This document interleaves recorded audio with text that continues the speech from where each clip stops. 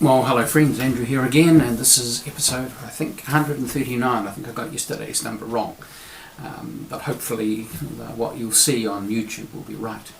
So this is 139, and we've now moved into Matthew chapter 19, and we're going to look at verses 1 and 2. Now, Jesus has just been doing a whole lot of teaching. He's been in Galilee. He was talking in the last couple of episodes about the issue of unforgiveness. And now we pick up the narrative in verse 1 of chapter 19. When Jesus had finished these sayings, he left Galilee and went to the region of Judea beyond the Jordan. Large crowds followed him, and he cured them there.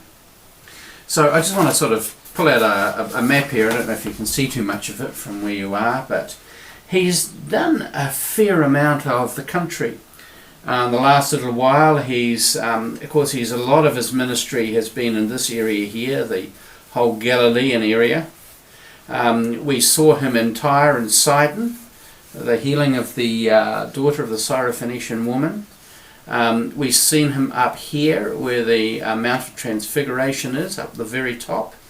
And now he's been back in Galilee, and now he's crossed over onto the other side. This side here of the river is modern day Jordan. So all this is Manasseh here. There's Gad and Reuben, three of the early tribes which picked up territory on this side before the children of Israel crossed over at Jericho, which is down here. Now, this was a route that was often taken by the Jewish people in the time of Jesus to avoid going through Samaria, which is this big spot in the middle here. So they'd avoid that by crossing over, going down. It would take a day or so extra, but rather than run the difficulties of passing through Samaria, they'd cross over the Jordan and cross back over down here. And so Jesus is now working in this area. He is heading, as I said, back towards Jerusalem, which is... Where is it? It's Bethlehem. It must be down here somewhere. Yeah, here it is here. So he's working his way back, and he knows he's working his way towards the end of his life. The beginning of his ministry was down here, I think, in the wilderness of Zin, where he went for his 40 days in the wilderness. So he'd have been in this area down here in Simeon and in Judah before returning. So he's overall, he's pretty well covered the map. We're not sure how long he spends in that area on the other side of Jordan, which is in the day was called Perean. It was part of Herod's kingdom. We don't know how long he was there. It seems to me, though, he might have been there for some time, because the next couple of chapters, chapters 19 and 20, tell some of the ministry that he's engaged in, and also there are parables in there of things that he was teaching while he was on that side of the Jordan. So it seems that he is engaged in much ministry before he crosses over again near Jericho.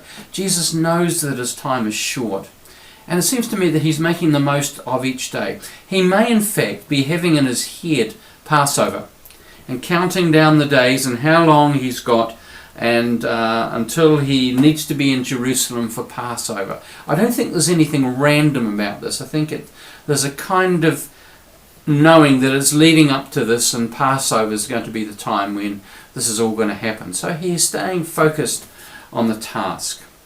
I'm wanting to just pick up again what the task is.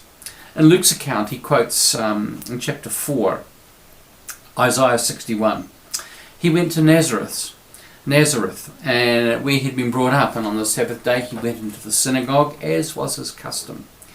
And he stood up to read. The scroll of the prophet Isaiah was handed to him. Unrolling it, he found the place where it is written, "The Spirit of the Lord is on me, because he has anointed me to preach good news to the poor. He has sent me to proclaim freedom for the prisoners and recovery of sight for the blind, and to release the oppressed, to proclaim the year of the Lord's favour." Then he rolled up the scroll, gave it to the attendant, and sat down. The eyes of everyone in the synagogue was fastened on him, and he began by saying to them, "Today this scripture is fulfilled in your hearing." And I want to suggest it continued to be fulfilled over the next 3 years as he continued to minister. That was basically the same message.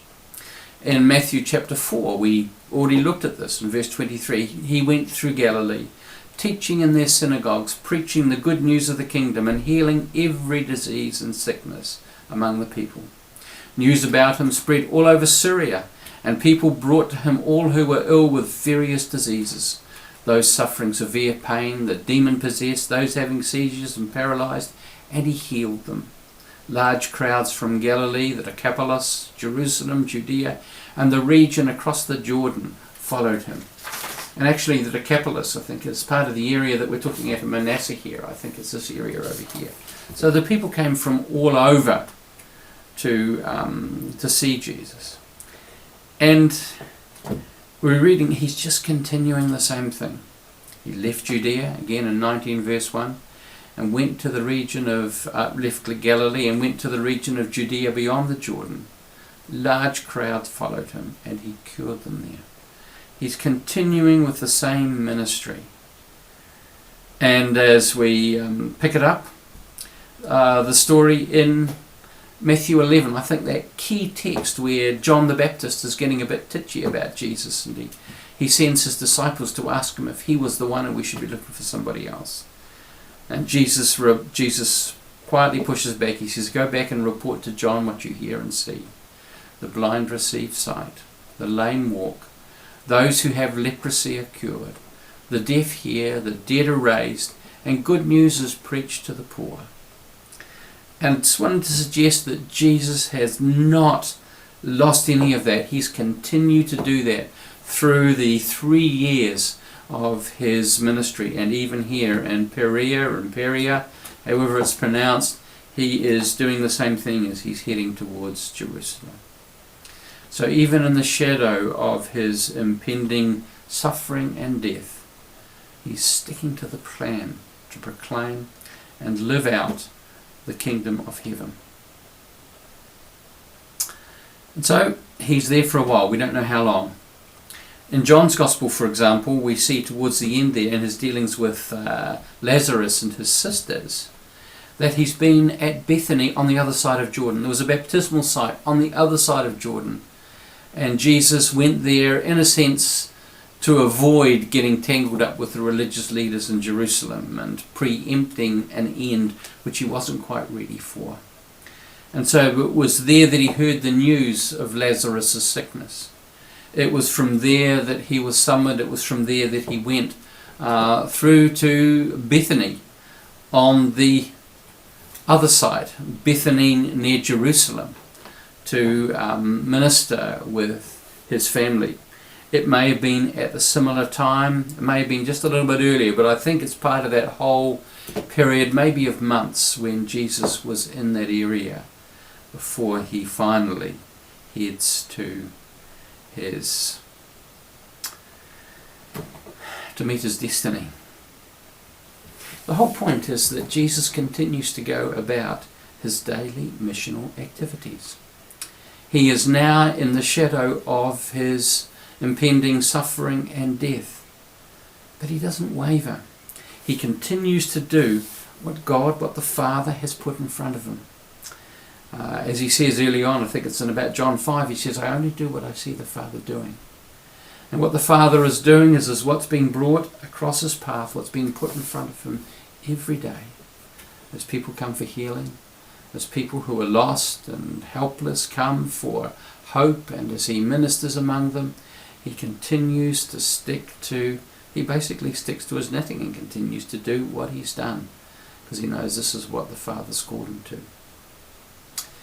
I've got changes coming up as I leave Opawa. I'm uncertain of the exact date, but it'll be any time between the next 2 and 4 months.